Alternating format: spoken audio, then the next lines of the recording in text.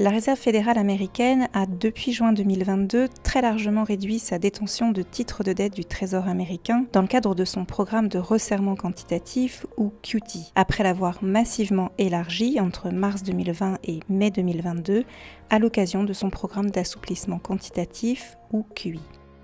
Le graphique que nous commentons ici montre quels secteurs institutionnels se sont substitués à la Fed pour absorber le papier émis par le Trésor. Les histogrammes illustrent l'évolution du poids relatif de chacun des créanciers du Trésor américain pendant la phase du QE, puis pendant la phase du QT. Puisque l'encours de dette négociable a augmenté tout au long de la période, le recul du poids relatif de l'un de ces secteurs ne traduit pas nécessairement des ventes nettes. En réalité, depuis le début du QT, l'ensemble des secteurs institutionnels ont acheté des titres, à l'exception de la Fed, mais certains secteurs en ont acheté moins que d'autres, de sorte que leur part relative a reculé. D'après les comptes financiers, ce sont principalement les ménages et les fonds monétaires qui se sont substitués à la Fed depuis le début du QT. Le poids des autres secteurs a peu varié, à l'exception de celui des investisseurs étrangers, qui a reculé sur toute la période. D'après les données de la balance des paiements, ce repli est exclusivement le fait du secteur officiel étranger. Soucieux de diversifier leurs réserves de change, les banques centrales, États et fonds souverains étrangers se sont partiellement détournés de la dette fédérale américaine, tandis que les investisseurs privés étrangers, comme les assureurs, fonds de pension et fonds à effet de levier, ont accru leur exposition. Des données complémentaires sur les positions des fonds à effet de levier sur les marchés fermes et dérivés des titres du Trésor permettent d'affiner cette ventilation.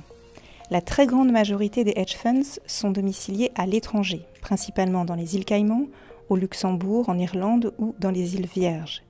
Et selon nos estimations, depuis le début du QT, le poids de ces hedge funds parmi les créanciers du Trésor a sensiblement progressé, contrairement aux autres investisseurs privés étrangers.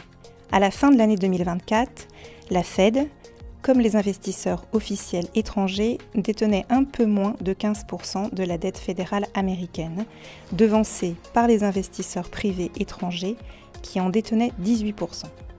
Les hedge funds, résidents et étrangers, en détenaient à eux seuls 7%.